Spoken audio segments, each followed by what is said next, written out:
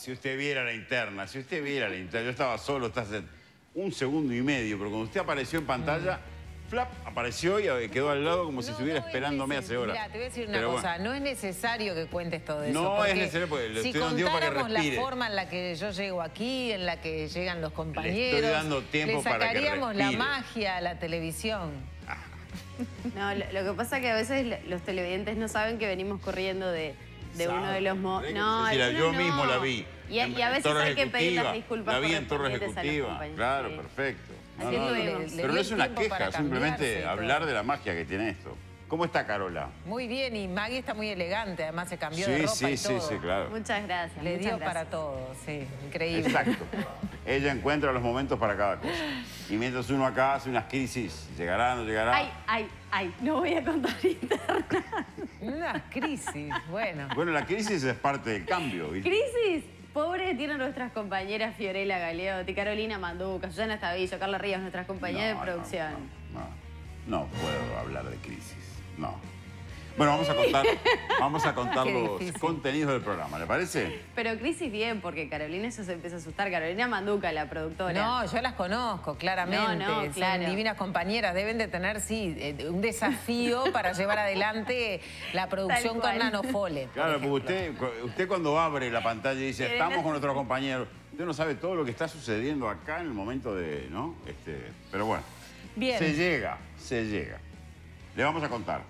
Vero Chevalier va a estar en el primer móvil con Carlos Sarli, que es integrante del colectivo gastronómico del Uruguay. Situación, obviamente, que está enfrentando el sector, que no hace falta abundar en detalles. Los horarios, las veredas, hay un montón de cosas que en alguna medida se están discutiendo, se están analizando, resolviendo en estas horas. Sarli va a dar un panorama de cómo está realmente la situación. Claro. Después tenemos a nuestro querido compañero, multifacético compañero, Nicolás Lucich, con el cual vamos a tratar de hablar de economía, la economía de acá en adelante. Economía después de la pandemia o durante la pandemia, qué nos va a dejar todo este evento que estamos viviendo. Y en el marco del Día Mundial contra la Lucha contra el SIDA, vamos a tener acá a la doctora Mari Rodríguez. Acá no, va a ser por Zoom, todas nuestras entrevistas van a ser por Zoom. Nicolás también por Zoom. Obvias, no hace falta explicarlo, es mucho mejor que sea así.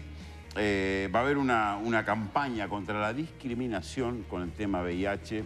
De eso vamos a hablar con la doctora Mari Rodríguez.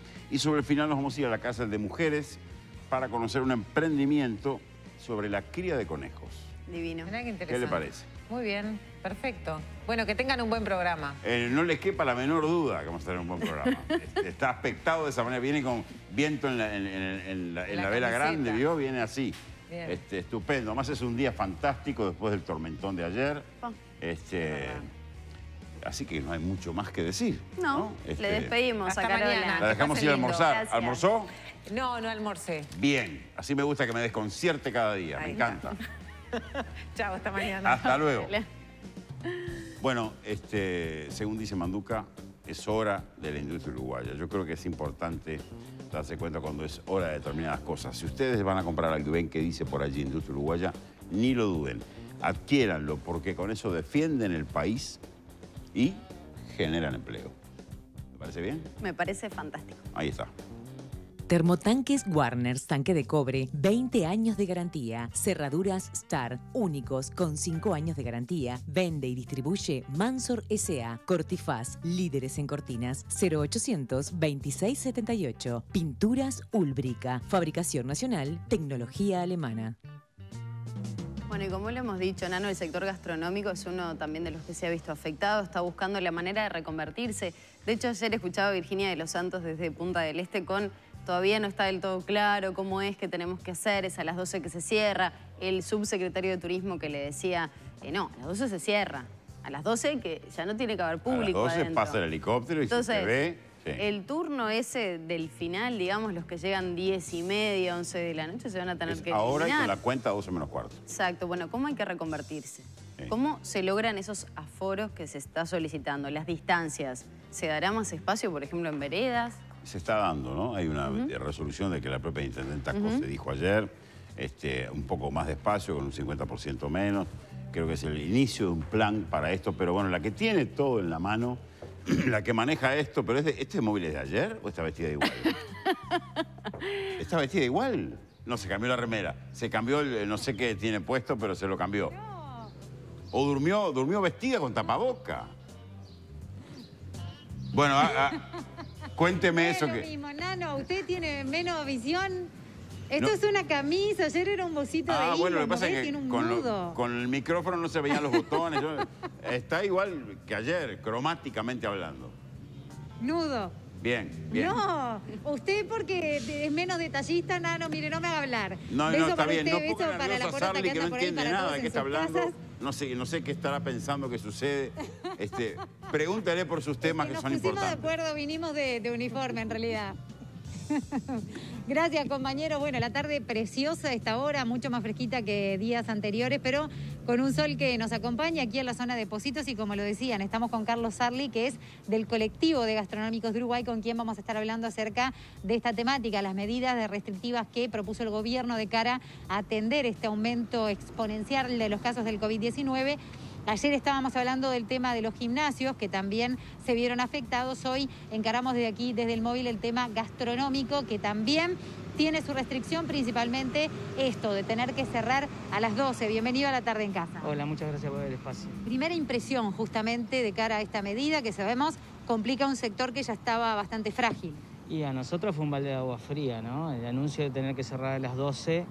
ya como veníamos con una facturación muy baja, esto acentúa más la crisis del sector, ¿no? Ustedes incluso emitieron un comunicado en el cual están hablando acerca de la segura pérdida de puestos de trabajo si no se pudiera llegar a algún tipo de ayuda de parte del gobierno justamente para mejorar esta situación de crisis. Sin duda, porque nuestros costos fijos están relacionados con los recursos humanos, que representan un 35% de nuestra facturación. Nos baja la facturación, hay personal que no necesitamos, entonces lo que nos queda como herramienta es mandar el seguro, un seguro que ya se consumió, pues nosotros, no te olvides que cerramos 2 meses, y después no trabajamos al 100%, el que está trabajando mejor, con suerte llega a un 50%, pero anda en promedio un 30% el trabajo, entonces hace que tengamos que mandar gente al seguro, y bueno, el seguro parcial termina ahora el 31 de diciembre y el seguro total termina el 15 de enero. Que son las herramientas que tenemos como para recurrir y eso no ha habido noticias del gobierno sobre eso, que lo vamos a precisar sin duda para lo que se viene ahora, ¿no? Que es la temporada de verano, que toda la gente de Montevideo se va a la costa y no vamos a tener turismo, entonces se nos va a resentir muchísimo la facturación. Ustedes están pidiendo en cuanto a esos seguros de desempleo, por lo menos que se extiendan por 6 meses más a partir de enero. Así es, estamos pidiendo que se extiendan los seguros por 6 meses más, estamos pidiendo consideración a los colegas que tienen deuda con BPS y DGI, que se puedan pagar en cuotas, sin intereses, estamos pidiendo que no nos retengan el impuesto de la renta, que este año no vamos a tener renta y todos los meses nos retienen la renta. Son una batería de medidas que nosotros le llamamos emergencia gastronómica, ¿no? Porque es lo que está viviendo el sector. Ustedes, lo comentábamos incluso antes, la intendenta de Montevideo, Carolina Cose, habló acerca de facilidades con respecto al uso del espacio público, estamos hablando de calle y de vereda, que podría representar una colaboración. Ustedes nos planteaban que eso no reduce su costo fijo. Totalmente. Agradecemos la medida porque nos ayuda a poner más mesas en la vereda, pero el costo fijo de la vereda sigue siendo el mismo, lo que nos permite a los que ya teníamos vereda agregar más mesas, pero el costo que ya tenía no cambia, entonces no es una medida sustancial. Sí, la agradecemos y estamos como apoyamos porque esto nos da una solución y también nos encontramos con esa disyuntiva que teníamos que amontonar gente adentro cuando la idea es que con esto tomar la vereda y usar el espacio público y fue bienvenida la medida. Por otra parte, a aquellos locales que no están haciendo uso del espacio público se les da un beneficio para solicitarlo con un 50% de descuento. Totalmente. Que en esos casos ahí se le agregaría un costo fijo más, ¿no? Claro. Si, porque para usar la vereda va a tener que solicitarlo y va a tener que pagar la mitad de un costo que no tenía. Pero antes que nada siempre es buena la medida. Porque lo conversábamos, eso es importante aclararlo, no es que el uso es gratuito para el local, sino que tiene que seguir pagando lo que pagaba, puede usar más metros cuadrados, por llamarlo de alguna manera, pero el costo es el mismo. ¿Ustedes qué otra medida podría sí hacerles una diferencia, por ejemplo, que pudiera venir de parte de la Intendencia? De parte de la Intendencia nos encontramos con varios casos están siendo muy expeditivos para cobrar multas o recargos. Tengo 1000 casos, ¿no? Pero, por ejemplo, que en plena pandemia cerrado te piden que entregues un permiso y a vos no te llegó el papel, recurrís, de que no te llegó el papel porque vos estabas cerrado y cuando lo viste ya llegó tarde para el reclamo y te cobran la multa igual. Ese tipo de cosas, no hay una cantidad, es como que es muy expeditivo para cobrar, para multar, pero a la hora de que solicitas ayuda no están de la misma manera. Así es. También están pidiendo ayuda de algún tipo al gobierno, tú lo decías, han pedido reuniones con diferentes actores, han hecho algunas propuestas puntuales que podrían colaborar con la situación. ¿De qué se trata? Las propuestas puntuales así es extender el seguro, es la más. Después, los que tengan deudas de BPS y de GI, que también esas deudas trancan para pedir los préstamos, que préstamos sí están ofreciendo, pero nadie se quiere endeudar, ¿no? Porque a plazo, hasta que esto no se solucione, vamos a seguir con esta facturación y sabemos que después las cuentas hay que pagarlas. Entonces pedimos que flexibilicen el pago de GI y BPS sin moras ni intereses. Pedimos que el impuesto a la renta que se retiene todos los meses lo saquen. Este año no vamos a tener renta. Esos son los pedidos básicos que estamos... Cambaду en las últimas horas también se ha pronunciado sobre el tema. De hecho, estuvo hablando acerca de 2 proyectos de ley que presentó que podrían colaborar con el sector. ¿Ustedes están de acuerdo? ¿Están trabajando en conjunto? Nosotros, la primera propuesta que hicimos que puede estimular el sector sería que IVA cero en gastronomía, ¿no? Eso sería como un estímulo de verdad, porque lo que se pasó ahora es de un IVA de un 6 a un 9, que es un 3%, eso no le cambia al consumidor y al costo fijo, a mi renta no me cambia. Sí cambiaría si tuviéramos un IVA costo cero en gastronomía, por lo que dure la pandemia, ¿no? Porque estamos en crisis. Nosotros estimamos que cuando cerramos en mayo y abril, había 45.000 personas de gastronomía en el seguro de paro. Ahora hemos tomado un tercio, un 50% de esa nómina, pero si esto sigue así, es más gente que va al seguro, o si no despidos, que nadie tiene lo suficiente dinero como para afrontar despidos tampoco, ¿no? Hasta el momento, ¿cuántos locales han tenido que cerrar sus puertas? ¿Cuántos despidos aproximadamente ya se concretaron? Son muchísimos. Nosotros carecemos de cifras y eso se nos hace difícil para tener poder de negociación. Lo que sabemos es lo que dentro del colectivo, que somos 300 empresas, y el censo que hicimos entre nosotros es que estamos todos con un 50% de la nómina que teníamos originalmente y una facturación un 30%. Y con todas estas situaciones que te conté que son... se nos paró la facturación de golpe, estuvimos 2 meses sin facturar, con un sobregiro, que eso acrecentó nuestras deudas y ahora la facturación es muy baja, entonces no podemos afrontar las responsabilidades que tenemos, ¿no? Con respecto a lo que es de acá en más, ustedes ahora están agrupados, están comenzando a trabajar en conjunto. ¿Qué piensan hacer como medida, si es que las hubiera, para tratar de encontrar una solución de cara además a esta nueva medida que se impone ahora y que complica, como tú lo decías, más su situación? Y sensibilizar, reunirnos con el gobierno, explicarle la cantidad de fuentes de trabajo que representa el sector gastronómico, la franja etaria que trabaja en gastronomía, son todos estudiantes, y que es un impacto muy grande para el país si se pierde toda esa cadena, ¿no? Ustedes de estas medidas se enteraron junto con la población en general, ¿no hubo un contacto previo o lo hubo de repente posterior de forma más informativa para hacer una puesta a punta, para hablar acerca de su situación? Tuvimos varias reuniones hace 9 meses, nosotros cerramos el 16 de marzo, nos agrupamos el mismo día y ahí empezamos a trabajar. Tuvimos varias reuniones, pero no tuvimos respuesta en concreta del gobierno, ni municipal, ni el gobierno nacional. Bien, ustedes están agrupando en este momento solamente en Montevideo, porque como tú lo decías, es distinta la situación ante estas medidas de cara al verano, con el movimiento que va a haber de turismo interno, acrecentado por la imposibilidad de salir al exterior. No es lo mismo la situación de la gastronomía en Montevideo de lo que va a ser, por ejemplo, al este o en puntos más turísticos. Totalmente. Nosotros tenemos socios de todas partes del país y cada vez que hay un anuncio, una medida de estas, se llaman más a ver cómo asociarse y a ver cómo conseguir ayuda, porque la gente está realmente desesperada. Hubo un beneficio del gobierno que es dar 8.000 pesos por persona que tomes, pero eso impacta más bien para la costa que para Montevideo. En Montevideo está todo lo contrario, porque en la costa quizás se están preparando de que puede desembarcar turistas de Montevideo hacia la costa, pero nosotros todo lo contrario, entonces no hay una medida para el sector de Montevideo en la gastronomía. En base a esos contactos, ¿cómo está la situación del interior por fuera de lo que es quizás el área más turística que puede tener más proyección de cara a lo que es el calorcito, el verano? Se espera una muy mala temporada porque Lo que se suma que quizás tenés un poco más de turismo de Montevideo, no va a estar el argentino, no va a estar el brasilero, y también hay una cantidad de normativas como esta de cerrar a las 12 que hacen que tu facturación baje sustancialmente. La gente sube de la playa a 8 de la tarde y tenés hasta las 12 para estar en un bar. Y también habilita una cantidad de cosas irregulares, ¿no? Porque la gente, por más que vos a las 12 les diga que se cierra, se va a la plaza, se va a la Rambla, y ahí una cantidad de cosas que pasa que no tienen trazabilidad, ¿no? Carlos Sarli, muchísimas gracias. Gracias. Si no tienen ninguna pregunta desde estudios, nosotros ya regresamos con ustedes y por supuesto que vamos a seguir atentos a cómo siga esta información. Muy bien, Vero, importante la mirada de los gastronómicos en este momento medio crítico, ¿no? Porque realmente hay dudas de cómo se va a operar esto. Bueno, tenemos que compartir una pausa, pero antes... Usted tiene algo antes de la pausa. Sí. Escuchen bien, porque esto es... ¿Qué le dio siempre? Esto musical.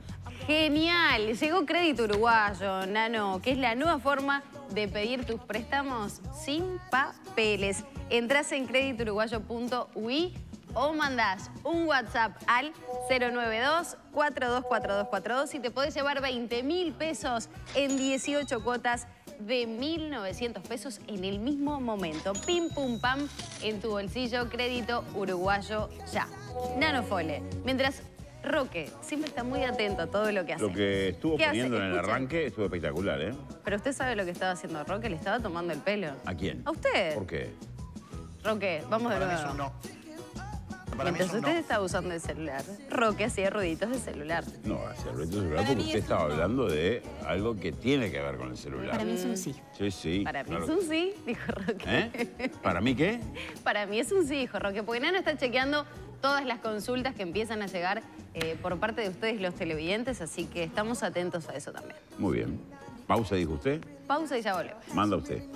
Y cuando faltan 5 minutos para las 15 horas ya vamos a estar en comunicación con nuestro compañero y amigo Nicolás Lucich, analizando cómo viene la economía en nuestro país, qué proyecciones hay. Pero antes les digo que llegó el momento de renovarse con Plusbel. Compartí lo mejor de vos, porque dar lo mejor de vos está en nuestra esencia. Descubrí el nuevo Plusbel Esencia en sus 3 variedades. Largo, saludable, para un pelo fuerte y sano. Control Freeze. Pelo fácil de manejar y sin frizz. Restauración, pelo nutrido de raíz a las puntas, sin parabenos y con ingredientes de origen natural. Nutren mucho más que tu pelo. Plusbel Esencia. Compartir es lindo. Bueno, muy bien. Usted lo dijo ya. Estamos por comunicarnos vía Zoom, como corresponde, con nuestro compañero Nicolás Lucich. Sí, explicar también un poco que estamos adoptando esa modalidad para evitar tanta circulación y movimiento de personas. Como corresponde, obviamente. No sé si él estará de pijama, de corbata, dónde estará. ¿Usará pijama, Lucich? A Lucich nunca lo va a agarrar mal parado. Él siempre está impecable. Impecable, se ríe. Pero usará pijama, Lucich. Lucich, ¿cómo le va? Mire cómo está en la biblioteca, aparece la nota con los abogados. La nota con el abogado. Pero no es un caso, es de economía que vamos a hablar, Lucich. Vamos a hablar de economía. Puede ser corbata y pijama, no una cosa claro, no. de acá no para quita la arriba, otra, Nico. ¿no? Es buena idea, claro, es buena idea. Corbata y chancletas, ¿no? Claro.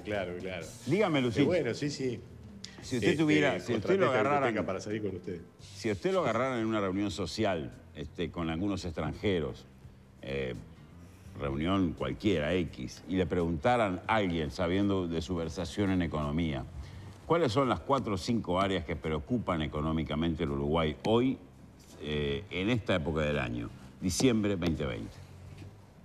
Qué buena pregunta, Nano, porque bueno, las últimas novedades, la decisión del gobierno de apretar algunas perillas, volver a lo que es el teletrabajo en la mayor medida posible en la administración central, acotar el tema de los boliches, ustedes lo venían analizando con los propios empresarios.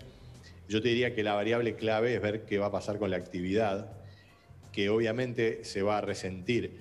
Ya se sabía que íbamos a tener una temporada turística más acotada, sensiblemente más acotada, y ahora se suman estas nuevas medidas que evidentemente van a frenar lo que hasta ahora venía siendo una suerte de rebote más que una recuperación contundente de la economía. Ajá. Hay que recordar que cuando llegó el virus tuvimos una frenada importante, cayeron las ventas, cayó la actividad, la movilidad.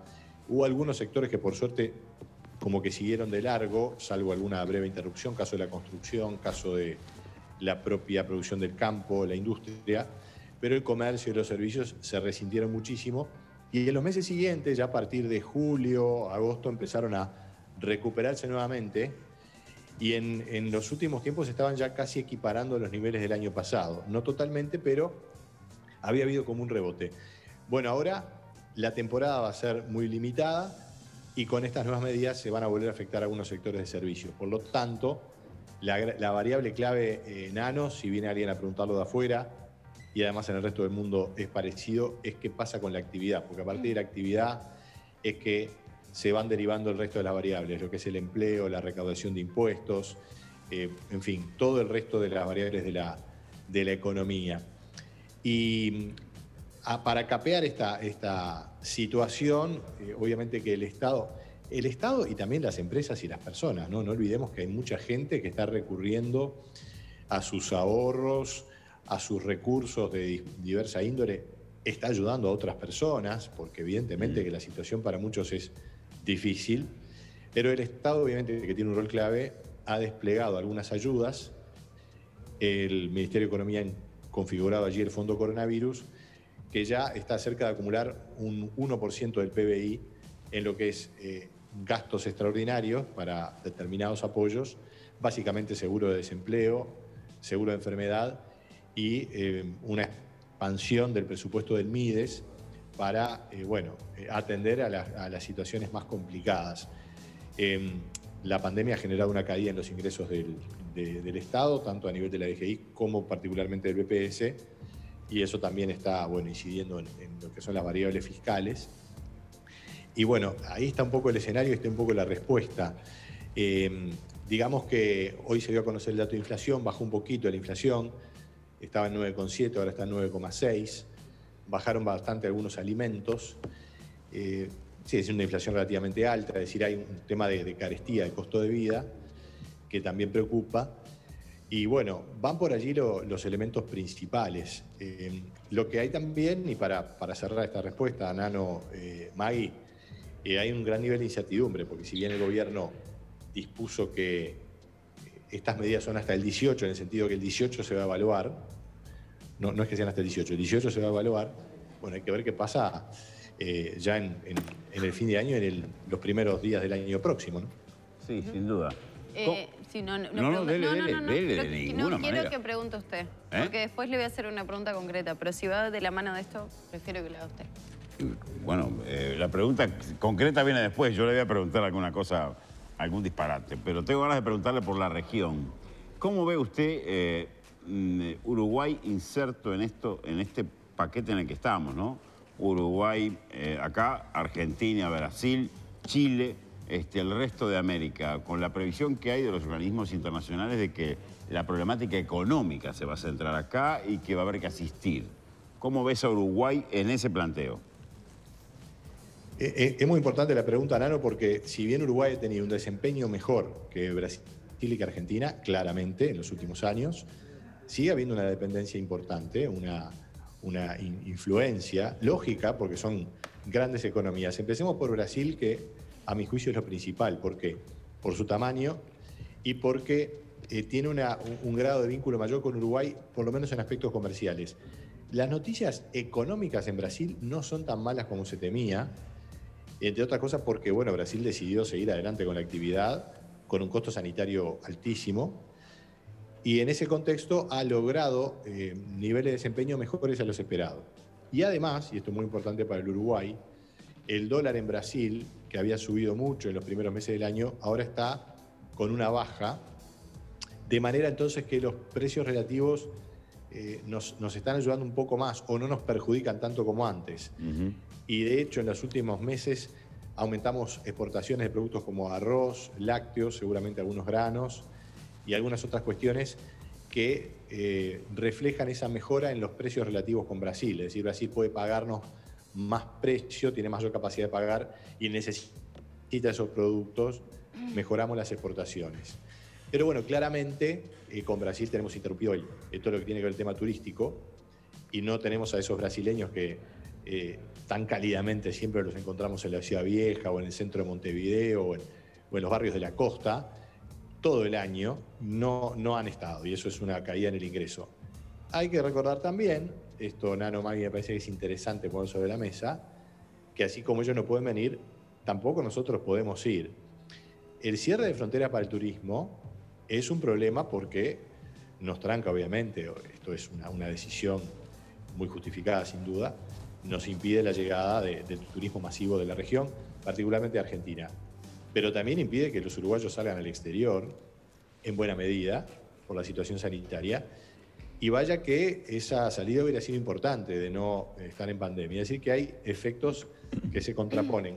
El saldo, de todas maneras, para el turismo uruguayo es negativo, eso es claro. En Argentina, la situación de la economía es bastante más complicada, lamentablemente.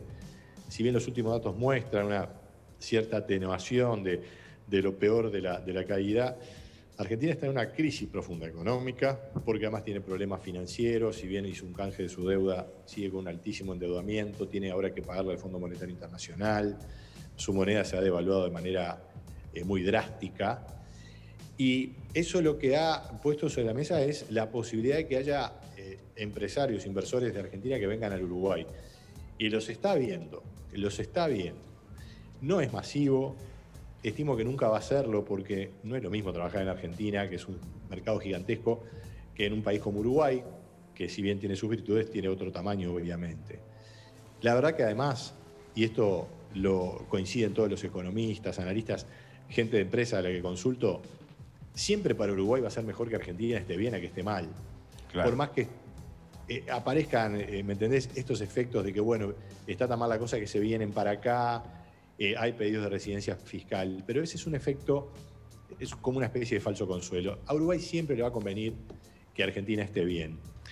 Dicho esto, hay que poner sobre la mesa, y a mí me gusta particularmente comentarlo en la tarde en casa, porque llegamos a una cantidad de gente y hay todo un sector del cual se habla menos, porque la información no es semanal ni mensual, pero es todo el sector de las tecnologías de la información, de los servicios globales, que Uruguay está impulsando, está haciendo crecer, y hay empresas, caso de Mercado Libre, Globant, la propia Pedido Ya, dLocal, que ahora incorporó el capital y se transformó en una empresa de una evaluación realmente millonaria.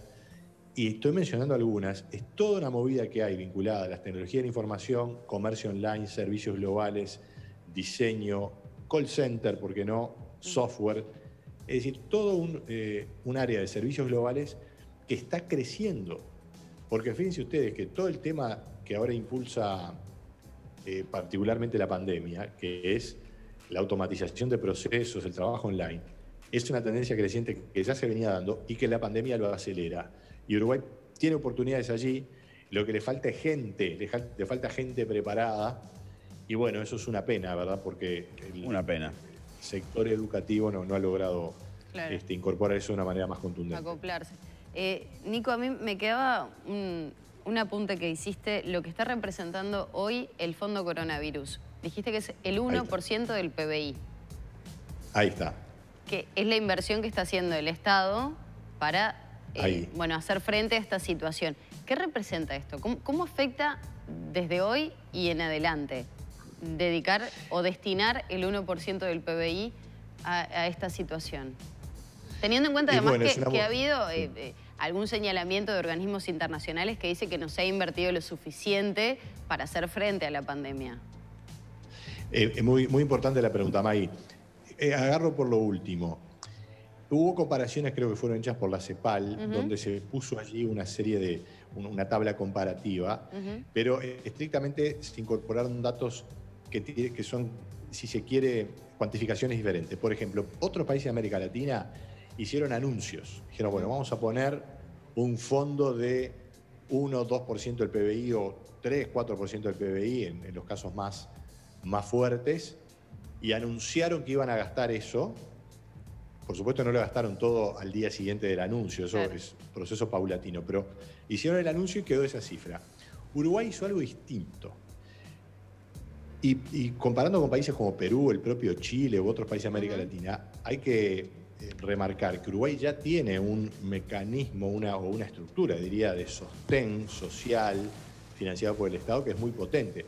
Sin ir más lejos, todo lo que tiene que ver con el seguro de desempleo, no hubo que tomar ninguna medida especial en la primera instancia. Después sí se incorporó el seguro de paro parcial, pero el seguro de desempleo es un recurso o es un... Sí, pero de todas formas, ¿te acordás que desde la CEPAL también se hizo referencia a esas situaciones y se dijo que se mantenía? Más allá que desde el gobierno, ¿te acordás que apareció alguna contradicción entre lo que decían las autoridades nacionales y la CEPAL mismo? Que decían, bueno, la directora, si no me equivoco, general de la CEPAL decía, yo sigo manteniendo que Uruguay no destinó el dinero suficiente, más allá de las especificaciones respecto a seguro de desempleo, acceso a la salud, por ejemplo, ¿no? Fue una de las puntualizaciones que se hicieron. Sí, absolutamente. Es decir, el criterio de la CEPAL fue muy claro y yo diría bastante sencillo. Se tomaron los anuncios de determinados gobiernos y en el caso de Uruguay, que no hizo ningún anuncio general, sino que lo que hizo en primera instancia fue tratar de controlar la pandemia, que se logró, lamentablemente ahora estamos con otro problema. Pero en aquel momento se empezaron a desplegar determinadas medidas y lo que hizo el Ministerio de Economía fue más bien, yo diría que un enfoque bastante más conservador en el dinero que se registraba como apoyo. Se puso en las cuentas fiscales, y eso está informándose todos los meses, incluso esta semana se volvió a actualizar, ¿cuáles son las cosas que a juicio del Ministerio de Economía se consideran gasto extraordinario por el coronavirus? Porque atención, se pone, por ejemplo, seguro de desempleo, pero no todo lo que se gasta en seguro de desempleo. Se pone lo que se considera que es debido a la pandemia. Claro. La caída en la recaudación del BPS, eso también se pone como una caída de la recaudación, que obviamente genera déficit fiscal, y es parte de todo eso que hay que financiar por el lado del gasto o caída de la recaudación con el fondo coronavirus. Que tú fíjate, hace 2 o 3 meses estábamos en el 0,6% del PBI. Subió a 0,7, 0,8, 0,9, va a estar llegando al 1% ya en el mes de noviembre. Y lo que la ministra de Economía ha dicho es, esto va a seguir el año que viene, es decir, partidas presupuestales extraordinarias por el coronavirus se van a seguir aplicando el año próximo, por lo tanto esto no para acá. La discusión sobre si es mucho o poco, sin duda que es válida, y eso depende de dos cosas, de cuál es el sostén de, digamos, respaldo de programas sociales ya previos que tienen los países, y hay países que tienen muy poco, la verdad, y lo otro es qué tanto cae o no la economía, porque en Uruguay, por suerte, la caída, si bien fue muy significativa, no fue tan grave como en otros países. Bueno, el caso de Brasil es muy ilustrativo. Bolsonaro ahora desplegó un programa que, lo decía el economista Martín Rama del Banco Mundial, seguramente la pobreza en Brasil baje este año. Lo cual es algo bastante contradictorio porque estamos hablando de un país enorme, pero que además está con un serio problema de pandemia y económico. Y sin embargo, por esa ampliación del gasto va a reducir la pobreza. Pero esos efectos, a mi juicio, pueden llegar a ser bastante transitorios. Si Uruguay debería gastar más, es posible. Yo te diría como comentario final, está latente una situación fiscal bastante delicada, porque Uruguay está aplicando el 1% y seguramente va a ser un poco más, con un déficit que está llegando al 5,8% del PBI, que es obviamente insostenible. Esto tiene que mejorar necesariamente el año que viene si no queremos tener un problema financiero más agudo, ¿verdad? Pero la respuesta final a eso, digamos, el atenuante es que la actividad se recupere. Si la actividad se recupera, tu capacidad de repago de la deuda mejora la recaudación y todo mejora. El tema clave es la actividad, que por lo pronto en los próximos meses se va a ver afectada ciertamente. Nicolás, voy un poco a otra variable que es la inversión. Acá sí. El gobierno anterior en alguna medida trajo el tema UPM2, se sigue discutiendo un poco lo de UPM2, pero es la gran inversión que presenta Uruguay en estos años. Aparece Ford, aparecen algunas cosas más pequeñas. ¿Cómo ves tú la inversión que puede en alguna medida movilizar esos motores de los cuales habló la ministra de Economía en medio de la pandemia cuando arrancamos? Bueno, está poniendo sobre la mesa una variable absolutamente clave, Nano, la inversión, que es cómo la economía va expandiendo su capacidad de producción. Nosotros podemos tener mayor o menor gasto, pero vamos a poder tener más gasto en el futuro si invertimos más, si tenemos más capacidad de producción. Vos decías la inversión que trajo el gobierno anterior, y entiendo lo que decís. Hay que remarcar que estas son decisiones empresariales. La empresa UPM, que yo diría por suerte, es una empresa que tiene una posición muy robusta en su estado de resultados y en sus estados financieros, tiene un nivel de liquidez enorme, ha decidido aplicar en el acumulado cerca de 3.000 millones de dólares en el Uruguay. Dimensionar esto cuesta muchísimo, porque pensar qué quiere decir 3.000 millones de dólares. Bueno, para empezar, estamos hablando de cerca de 5 puntos del PBI, sino un poquito más.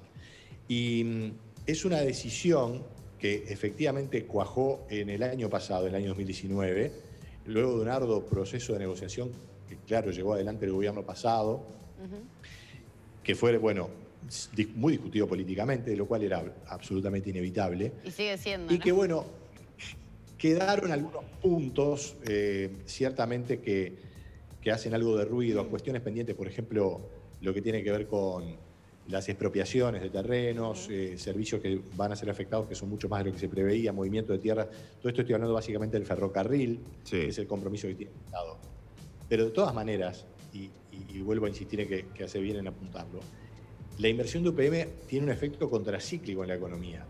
Justo cuando nos llega la pandemia, tenemos este gran proyecto que permite compensar la caída en la actividad. Si no hubiera estado el proyecto de UPM, realmente el panorama hubiera sido muy complicado.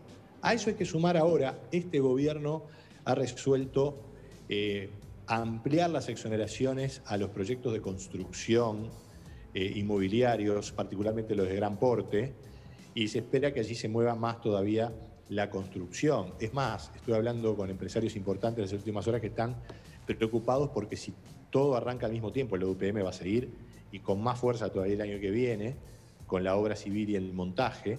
Si a eso se suman otros grandes proyectos, podemos llegar a tener una cierta escasez de recursos. A ver, es el mejor problema que uno puede tener, ¿no? Mucha demanda y intentar responder con mayor oferta. No hay que descartar que venga más gente del exterior. De manera entonces que por allí hay un escenario alentador. Después hay que ver la concreción real de las cuestiones, ¿no? En fin. Nico, perdón, ¿te puedo hacer una consulta respecto a lo que dijiste de los proyectos con exoneración respecto a la construcción? ¿Cómo no? ¿Eso después se va a ver trasladado a los precios del consumidor final? O sea, quien quiera, por ejemplo, comprar un apartamento y demás, ¿va a tener un mejor precio? Porque también es esto un tema en la vivienda, ¿no? Y el acceso que tenemos más en este momento de pandemia. Cuando se habla de exoneración y fomentar el trabajo, los proyectos a nivel de construcción, ¿también se traslada a la persona que luego va a adquirir eso? No necesariamente. No hay un compromiso. No, claro, no hay compromiso. Digamos, ahí podemos ilustrar lo que ha pasado con el denominado programa de vivienda promovida, que incluso el gobierno anterior lo llamó de vivienda social, y que la verdad que generó cierta confusión, porque ese programa que operó dando exoneraciones fiscales para que haya construcción fuera de la costa de Montevideo y también en localidades del resto del territorio. Pero hablando de Montevideo, seguramente tú has visto, y Nano, y los televidentes, que realmente se ha ampliado muchísimo la construcción en barrios como el Cordón, Parque Rodó, la Blanqueada, también algo en el Prado. A mi juicio, uno de los proyectos más potentes y exitosos en lo que es mejorar la malla urbana de la ciudad de Montevideo, que se había corrido totalmente a la costa y había generado unos niveles de contraste con los barrios, digamos, más populares, lo cual hacía de la ciudad realmente una cosa muy difícil de manejar, muy disfuncional. Esto ha aportado muchísimo en el sentido de la lógica urbana, pero claramente no ha habido un abaratamiento, si bien los alquileres han tenido en los últimos años cierta mejora o han aumentado por abajo la inflación, quiere decir que ha habido una leve, diría yo, o acotada, pero apreciable caída en términos reales. Los salarios habían venido aumentando, entonces hubo más gente que pudo acceder a la vivienda o al alquiler. Pero siempre en lo que es el ingreso medio o medio alto. Está pendiente el acceso a la vivienda popular, que hay que recordar que, digamos, acceso a vivienda o acceso a la salud o acceso a la educación, todo eso tiene un costo. Todo eso después hay que pasarlo a pesos, es decir, el Estado tiene que hacer una inversión. Están algunos programas planteados, bueno, ahí se discute si es suficiente o no es suficiente. Además ahí hay que ser muy justo, ¿no? Pero déjame decirte esto, hay gente que con pocos recursos igual hace un gran esfuerzo para conseguir su vivienda. Totalmente. Sin mucha ayuda. Bueno, ¿qué pasa con el resto que sí la va a tener? Obviamente que hay que tener todo un equilibrio, pero los precios de la vivienda en Uruguay han subido. Ahora están con un cierto ajuste a la baja, pero más por las condiciones económicas. Totalmente, y por eso quiero preguntarte dos cosas que me las tenés que responder en menos de 1 minuto y medio. ¿Está? Adelante. Una tiene que ver con el dólar, también tiene que ver con esta realidad, ¿no? Lo que se puede hacer con el dólar hoy por hoy. ¿Cómo es la proyección? Y por otro lado, la tasa de desempleo. ¿Cómo cierra este año y las proyecciones para el año que viene? Que algo ya estuvimos mencionando, pero para darle un cierre más concreto. Mirá, para ser bien concreto, la tasa de desempleo abierta ya anda por el 11%, pero me quedo con la cifra de desempleados. Son más de 190.000 y no sería extraño que lleguen a 200.000 porque hay problemas de empleo, pero además hay más gente que está buscando trabajo, que antes no lo hacía. Entonces aumenta la cantidad de gente desempleada. Estos proyectos de construcción y si la actividad recupera el año que viene, que no va a ser de inmediato, pero si hay una cierta mejora. Por supuesto que acá estamos siempre con la incertidumbre de cuándo llega la vacuna y podemos superar la pandemia, ¿no? Pero el escenario es de 200.000 desempleados, que es mucho. Y tú preguntabas sobre el dólar. Y la verdad que estamos con un dólar que subió fuerte en marzo, porque subió en el mercado internacional, pero ahora el propio mercado internacional está asumiendo que el dólar va a estar realmente flojo, con tasa de interés muy baja en Estados Unidos, y el dólar, tú lo has visto, Nano, la gente que nos escucha y que nos mira, muy chato en los últimos meses, 42 pesos y medio, un poco más, un poco menos, pero ahí se ha quedado. Y bueno, eso es una buena noticia, o tal vez no, ni bueno ni malo, es lo que está pasando en el mundo. Lo que hay que ver que Uruguay no quede con un dólar muy retrasado, porque eso encarece en dólares la actividad, y tampoco que haya un aumento que no sea justificado, que complique la inflación. Ahí está un poco el punto que hay que lograr. Muy bien, se nos acabó el tiempo, Lucich. Pero aparte le dije 1 minuto y medio y lo cumplió. ¿Se da cuenta? Pero usted redondeó. La verdad que la biblioteca le queda muy bien atrás, parece un docente de la explicación periodística. Así que le agradecemos esta mirada económica. Porque yo encantado de estar con ustedes y además los miro y los seguiré mirando. Un beso para Maggie, para vos, Nano, para todo el equipo de producción y para todos los televidentes de Canal 10 y de la tarde en casa. Muy bien, un placer. Un abrazo, Nico. Nico Lucich, un hombre que mira números, hace proyecciones y nos puede contestar esas preguntas. Y que lo cuenta de la manera más natural. Es coloquial, es un docente. Además, es tranquilo para explicar. Es una cosa que uno como lo mira, lo disfruta cuando lo ve. Tenemos que ir a una pausa, pero yo tengo que contarle algo a los televidentes. A ver. Si ven algo, van a comprar algo y ven que dice por allí Industria Uruguaya, cómprenlo nomás con seguridad. ¿Por qué? Porque si compran Industria Uruguaya, defienden el país y lo que decía Lucich recién, generar empleo. Queso rallado artesano, naturalmente artesano. Condimentos Hidalgo, productos de nobleza. Bolsas para residuos Herradura, fuertes y resistentes. Y masa madre, sanas delicias para todos los momentos del día. Amigos, Cortifast apoya a la industria uruguaya y continúa trabajando con personal calificado y las medidas correspondientes de protección. Coloca los mejores motores y con solo un botón tu cortina sube y baja. Vende o repara cualquier tipo de cortina sin trabajo de albañilería, véanlo. Cortifast reemplaza tu vieja cortina por una en aluminio con aislación. Portones basculantes con motor y control remoto. 0800 2678 cortifast.com.uy.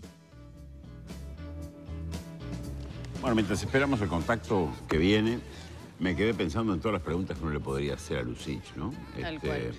La evolución del salario, obviamente la negociación laboral, el tema agropecuario, el rol del tema agropecuario, las exportaciones, lo que en alguna medida le planteabas tú, que es un poco la dicotomía política que hay, si debería haber mayor asistencia de parte del Estado, sobre todo a la gente que tiene más dificultades y para eso endeudarse en alguna medida un poco más. Esa discusión que fue la discusión parlamentaria, en alguna medida se reflejó a todo nivel y se reflejó en el presupuesto, se reflejó en todos los ámbitos, ¿no? Que es una contradicción que creo que no fue voluntaria, pero con el planteo primero que se hizo este gobierno en campaña, ¿no? De achicar los gastos del Estado. En este momento la discusión pasa por si tiene que ser así o no. Hay cosas que ya se dijo que no se iba a dejar de gastar, ¿no? Sobre todo en este fondo coronavirus. Pero también está esa otra realidad. ¿Cuánto hay que endeudarse para hacer frente a esta situación? Bueno, un tema que Nico lo ha intentado explicar muy bien, pero que tiene muchas aristas. No, claro, y es la discusión política. Justamente el gobierno tiene una teoría y la oposición tiene otra. Es un poco la diferenciación... Ideológica de la mirada político-económica, si querés, ¿no? Si es la asistencia del Estado, mayor o menor, en algún amigo del sector privado como motor, que fue un poco aquel Maya Oro que se le criticó al presidente cuando habló del Maya Oro, ¿no? Pero más allá de eso, hay muchas preguntas que podíamos haber tenido, obviamente, con Nico, para hablar de la realidad económica, el consumo interno, cómo va a derramar esto en el consumo interno. Seguro de paro, gente sin trabajo, 200.000 desempleados, el consumo en la chiquita, en la interna, ¿no? La temporada, que es un enigma, temporada entre uruguayos, ¿a dónde vamos? La expectativa del sector turismo de que los uruguayos conozcan lugares que no conocen, o vayan a lugares que realmente no van, y gran expectativa por ver un poco cómo se desenvuelve. Sí habrá preguntas para hablar con Lucich sobre economía. Tal cual, y el turismo, que bueno, obviamente ha sido, sin lugar a dudas, el sector más afectado, más allá que por estos días la discusión pasa por los gimnasios, por las reuniones que han mantenido, con ese cierre, los cuestionamientos del sector, pero el turismo hoy lo dejábamos planteado. Por ejemplo, los restaurantes que de alguna manera volvieron a trabajar con menos cantidad de personas que pueden ingresar, también ven reducido su horario. ¿Y eso cómo los afecta? Generalmente hay entre 2, 3 turnos. Bueno, ¿qué va a pasar? Sí, no es el único sector. No, y hay que ver después cómo se evoluciona una vez que esto empiece a caminar. Empieza a caminar, hay muchas cosas que se derraman y se cae del sistema, ¿no? Sin duda, preguntas para hablar en largo, más allá de la concepción que cada uno pueda ponerle al tema. Hay una mirada general porque nos afecta a todos. Y siempre está la discusión si primero... La discusión no, creo que todos nos planteamos primero la salud y bueno, y en la medida de lo posible que la economía siga funcionando. Ese ha sido como el planteo principal desde el gobierno y creo que la visión que hemos intentado mantener todos. Lo que pasa que también al principio era, bueno, pero primero está la salud ante todo. La población pedía eso también.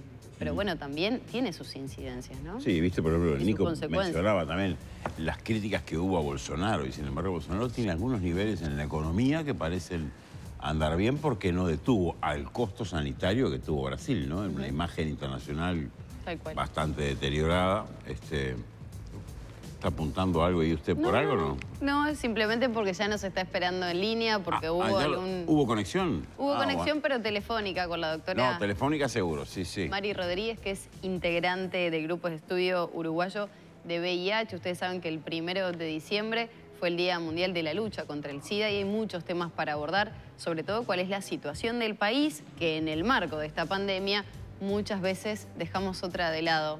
Buenas tardes, doctora, ¿cómo está? Buenas tardes, muchas gracias por la invitación a participar en el programa. Un placer. Pandemia que nunca tuvo vacuna, doctora, ¿no?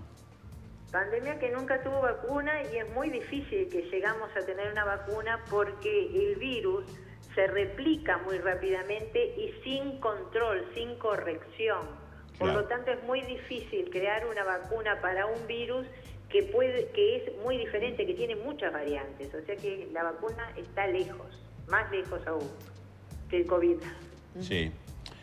¿Qué ha cambiado? Porque uno mira y encuentra que hay tratamientos accesibles, tratamientos que mejoran personas que viven con VIH cuando en algún momento era prácticamente el final de la vida.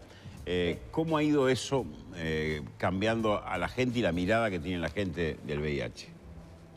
Ha cambiado muchísimo. Yo hace muchos años que trabajo en VIH y afortunadamente hemos vivido muchos cambios. Primero, un diagnóstico muy rápido, un diagnóstico precoz. No eran aquellos pacientes que llegaban ya en un estadio SIDA, sino que hoy hacemos un diagnóstico precoz en pacientes que son portadores del virus sin estar enfermos. Claro. Después, el otro gran cambio es la medicación. Hoy es una medicación accesible a todo el mundo, una medicación, contamos en el Uruguay, acorde a la que se usa internacionalmente, una medicación que es 1 o 2 comprimidos por día con una muy buena tolerancia. Y esa medicación determina que la carga viral, la cantidad de virus que hay en sangre, sea indetectable. Eso determina que el paciente VIH positivo viva casi lo mismo que un paciente VIH negativo. O sea que ha cambiado de una enfermedad aguda y mortal a una enfermedad crónica comparable con una diabetes, con una hipertensión, si tienen buen control. Algo impensado hace unas décadas, ¿no? ¿Y qué cambió en la mirada de la gente que miraba esto como algo horrendo que uno no se podía acercar? ¿Cambió la mirada de la opinión pública de los demás sobre el VIH o no? Algo ha cambiado, pero todavía existe mucha discriminación. El paciente VIH positivo es mirado despectivamente, no es mirado bien, no tiene las mismas oportunidades que un paciente, una persona VIH negativa, desde el punto de vista tan sencillo como que usted va al banco a pedir un crédito, si usted es VIH positivo, no le dan la plata, le dan menos, o si no, no le dan un préstamo. Los seguros de vida son muchísimo más caros para el paciente VIH positivo. Y en algunos lugares para ir a trabajar le piden un examen de VIH y si es positivo no lo toma. Eso desde el punto de vista general, pero desde el punto de vista humano, las familias que han rechazado a la persona VIH positiva por miedo y por ignorancia.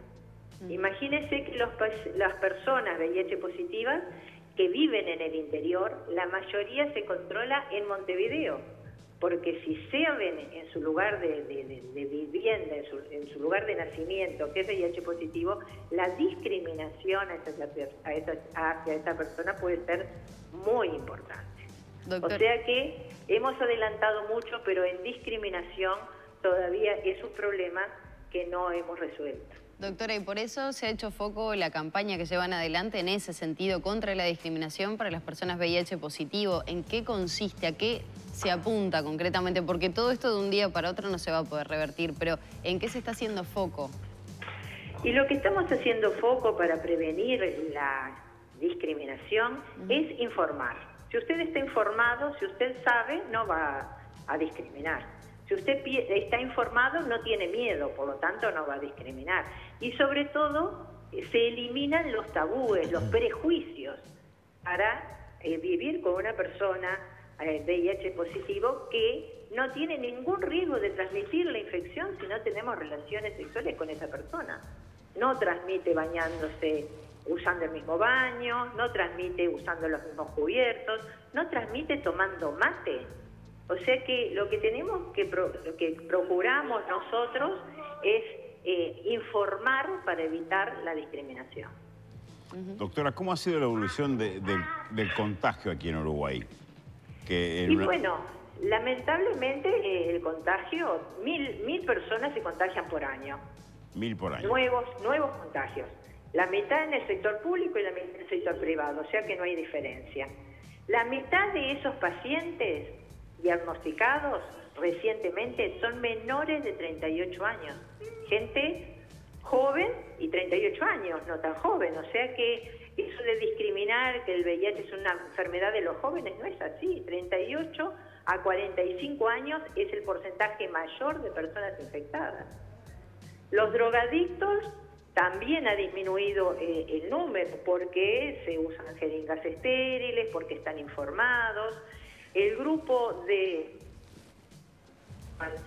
con el mismo género, con el mismo sexo, también es un sector que está informado, que se cuida, que se controla. O sea que hoy el VIH es una epidemia de heterosexuales. Ya no es una epidemia de homosexuales, como se decía antes, la epidemia rosa. Interesante eso, ha cambiado mucho en estos años, una epidemia heterosexual. Literalmente es un cambio gigantesco para la concepción inicial. Ni que hablar, ni que hablar. Doctora, antes de despedirnos, porque ya tenemos que ir cerrando esta entrevista, nos hubiera gustado, obviamente, como decimos, tener mucho más tiempo. Pero un dato que no quiero dejar pasar, que el otro día lo decía la directora del programa VIH del Ministerio de Salud Pública, ¿está incluido en el carnet de salud este diagnóstico? No. En el carnet de salud te lo ofrecen. Si tú querés hacerte un VIH, te lo ofrecen, pero no es obligatorio. No, te lo ofrecen, por eso digo, si se pide, se puede hacer ese estudio sin pagar nada extra. Exactamente. Claro, bueno. Y también con la confidencialidad del resultado. Exacto. Y que nadie va a poner en el carnet de salud que es VIH positivo. Y que aparte le dan el carnet de salud. Es solamente para que la persona se haga un diagnóstico precoz. Exacto. Con un diagnóstico precoz y un tratamiento oportuno cambia la evolución de la enfermedad. Muy bien, doctora, muchísimas gracias. Doctora, muchas gracias a ustedes. Un placer haberla tenido acá con esto que sin duda son novedades de una pandemia que todavía no tiene vacuna y que en alguna medida ha ido cambiando con el tiempo, notoriamente. Ni que hablar. Lamentablemente se habla poco de esto. Nosotros por eso trabajamos en este grupo tenemos actividades sociales, actividades científicas y actividades sociales. Las órdenes para seguir conversando sobre el tema. Muy bien, muchas gracias. Bien, doctora, muchas gracias. Igual nosotros quedamos a las órdenes. Bueno, interesantes datos, ¿no? Muchos. La verdad. Bueno, tenemos que compartir una pausa, pero antes le cuento que esté atento porque el lunes que viene es la gran final de Got Talent Uruguay. Atenti, los 12 mejores talentos del país se presentan en una única gala en el espectacular escenario del Antel Arena. Prepárate para una noche mágica que vas a poder disfrutar en vivo y en directo en la pantalla, si no es en donde, aquí en la pantalla de Canal 10 y como siempre, la decisión es tuya. Si vos podés elegir quién será el ganador, votando ya mismo por mensaje de texto al 7020 con el nombre de tu participante favorito.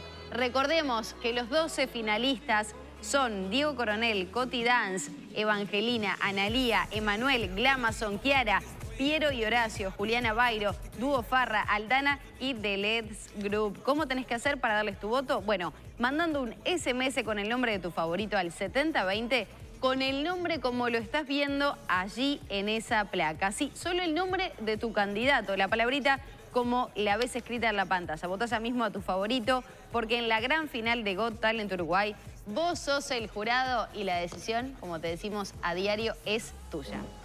¿Sabe cómo se va la tanda? Volando. Volando. Bien cortito para que Vero y los conejos tengan más tiempo. Si vas a comprar algo y ves que dice Industria Uruguaya, compralo porque defendés el país y generas más empleo.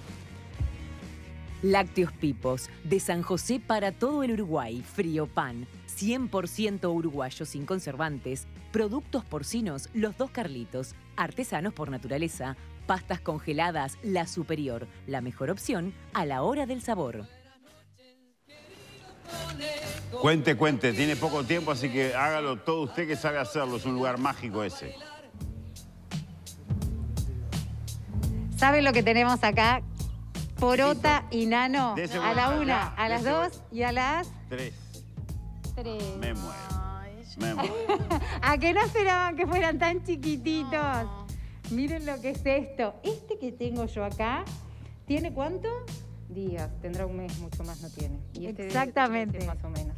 Y están así, acurrucaditos y dormiditos y son parte del proyecto acerca del cual les vamos a estar contando. Estamos con Leticia, que justamente es la directora interina de la cárcel de mujeres de la unidad número 5, Leticia Salazar, a la cual le agradecemos muchísimo por invitarnos a contarnos de qué se trata este proyecto de la cría que conejos, que está en el marco de todo un proyecto, parte de lo cual estamos viendo en este momento en imágenes. Bienvenida. Muchas gracias por venir a ustedes. Y sí, estamos en la parte del sector de polo industrial, de la unidad número 5 de la cárcel de mujeres, ubicada en Colón, en la ciudad de Montevideo. Estamos en el sector de la cría de animales, en donde, bueno, tenemos gallinas, tenemos patos, tenemos corderos también. Y bueno, el último emprendimiento que le sumamos a fue la cría de conejos, que la idea en realidad es poder hacerlos llegar de modo de donación a aquellas instituciones que trabajen con niños, bueno, teniendo en cuenta todo lo que implica el cuidado de una mascota y todo lo positivo que tiene en la crianza de un niño. Eso es importantísimo. Ya estamos invitando a todas aquellas instituciones, escuelas o centros de cualquier tipo que quieran contar con un conejito para aprender a cuidarlos, a tratarlos, que pueden comunicarse con la unidad justamente para llevarse una de estas mascotas totalmente gratuita.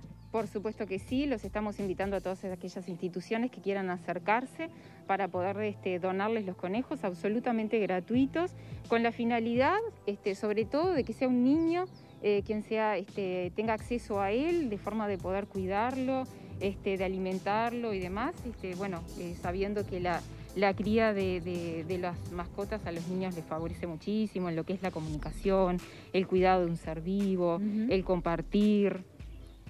Todo eso entonces es lo que se está viviendo, más o menos nos decías, desde el mes de mayo. ¿Cuántos conejos están teniendo? ¿Cómo viene todo ese proceso que sabemos que es de cuidado que se lleva a cabo por parte de las reclusas? Sin duda, está llevado adelante por 5 internas, que son las que cuidan no solamente a los conejos, sino a las otras aves y animales que recién te mencionaba. Este es un proyecto, en realidad, el de los conejos, que empezó hacia el mes de mayo, a partir de la iniciativa del funcionario policial que está a cargo del polo, Andrés Verocay, que le surgió la idea de poder llevarlo adelante. Nos encantó el comando de la dirección y, por supuesto, las internas que participan en el proceso están muy enganchadas, justamente porque la finalidad es que los conejitos accedan a un niño. Exacto. Justamente estamos con Betina, una de las internas. Muchas gracias por contarnos cómo es el trabajo diario con estos conejitos. Bueno, el trabajo de nosotras consiste en mantener higienizado el lugar. Primero que nada, cambiarles las camas todos los días, 2 veces al día, darles de comer, cambiarles el agua, y lo hacemos de lunes a lunes. ¿Cómo lo viven ustedes? ¿Cómo les ha impactado tener este trabajo tan especial y convivir con estos conejitos, que además es un placer estar con ellos? Y a nosotros nos encanta porque nos sentimos un poco más libres. Y además es muy útil sabiendo que el fin último es que acompañen un niño para poder crecer juntos, para poder aprender uno del otro. Claro, sí que sí, sin duda. Muchísimas gracias y en tu nombre a todas. Reiteramos entonces que este trabajo se va a seguir realizando y que el objetivo y el fin último es ese. Pero esta amiguita, la más chiquitita, porque es una nena que tengo yo, esta conejita, va a tener bastante que ver con la tarde en casa, ¿verdad? Sí, por supuesto. En realidad lo que estuvimos viendo es que los invitamos a que a través del Facebook de La Tarde en Casa puedan elegirle un nombre a nuestra amiga, que es absolutamente blanquita y con los ojos rojos. Eso, ahora no se ven, pero son totalmente rojos. Totalmente rojos. La condición es que sea quien llame y quien participe en proporcionarle el nombre, pueda ser un niño. Entonces, entre todos aquellos niños que participen en esta selección del nombre de nuestra amiguita, se va a sortear y después, en comunicación con la producción de ustedes, se van a contactar con nosotros y se lo vamos a regalar. Qué lindo entonces, o sea que esta conejita que ven acá para que le vean, porque vieron que todos tenemos como cara de... A ver, cara de qué nombre tiene esta conejita que se va a ir a la casa de algún pequeño amiguito de La Tarde en Casa. No solamente le va a poner su nombre, sino que después... Vero, lo que pasa es que si la muevo mucho se me alborota. ¿Estás ahí, Vero? Después, sí. Ya lo tenemos. Ya está el nombre. Te escucho. Yo tengo problemas de desarrollo y de madurez. Tengo problemas de madurez y me puedo considerar un niño en varios aspectos. Ponerle, a ver. Y el nombre de esa conejita es No la te Tota. vas a quedar con esta conejita. Se llama la Es para Tota. un niño. A El ver. nombre de esa conejita es la Tota, ni siquiera La Tota. Tota. La Tota. ¿Está? Yo había ido un Se poco llama más así. allá. Que es para un niño, tú no puedes participar. Explicarle que yo Pará. tengo problemas de madurez. Nano está fuera de concurso, pero es para yo un soy- niño. yo soy más Totalmente, chiquita. fuera de concurso estás un poquito más grande que un niño. Yo puedo calificar en niño. No, Porota, vos tampoco, Porota. Sí, pará, yo le quería poner... No. Yo le quería poner Clara, la Porota. consigna es que los niños participen en la selección del nombre de esta conejita y es para un niño. Ninguno de los... A ver cuál sería el nombre de la Porota, pero igual fuera de concurso, ¿eh? A mí lo que me parece, lo que va a ser difícil es sacártelo. Déjame decirle el Va nombre. a ser muy difícil que te lo saquen, ese conejita. Yo me la llevo. Tota. ¿Cómo Porota? A ver, que ya nos tenemos que despedir. Tota Porota le quiero poner, así, Sí. todos juntos. Tota Porota. Pero no participan de sorteo, no. Me parece muy bien que Leticia, defienda a los muchísimas niños. gracias también para Mariana, que siempre está... Ahí va, sí, no nos van a convencer. Gracias a todos quienes colaboraron para que pudiéramos estar aquí, a todas las internas las felicitaciones y a todo el personal que colabora. Leticia, gracias y felicitaciones. Por favor, muchas gracias por venir y los invitamos a todas las instituciones que se acerquen para ayudarnos a llevar adelante el proyecto. Así sea, entonces después nos van a ir contando y bueno, ya saben, esta amiguita se puede ir para la casa de alguien que nos esté mirando. En Facebook van a tener también la posibilidad de participar y yo, chao, me voy, yo justo me tenía que ir y, bueno, chao, me lo llevo. Va a ser difícil sacarlo de ese conejito. Es como el video del conejito bebé. Yo Qué lo lindo, quiero. además, qué lindo que esto sea en la casa de mujeres, lugar donde Tal generalmente los niños tienen un rol, o los nacimientos, o la madre y el hijo tienen un rol tan complejo. Ayuda a sanar una idea Una como mística esta. muy especial. Ayuda a sanar, es una pielcita suave la del conejito que ayuda a sanar muchas cosas. Así que bueno, nos tenemos que ir, señora. Exactamente, hasta mañana. Hasta mañana, mañana es viernes. Se fue la semanita.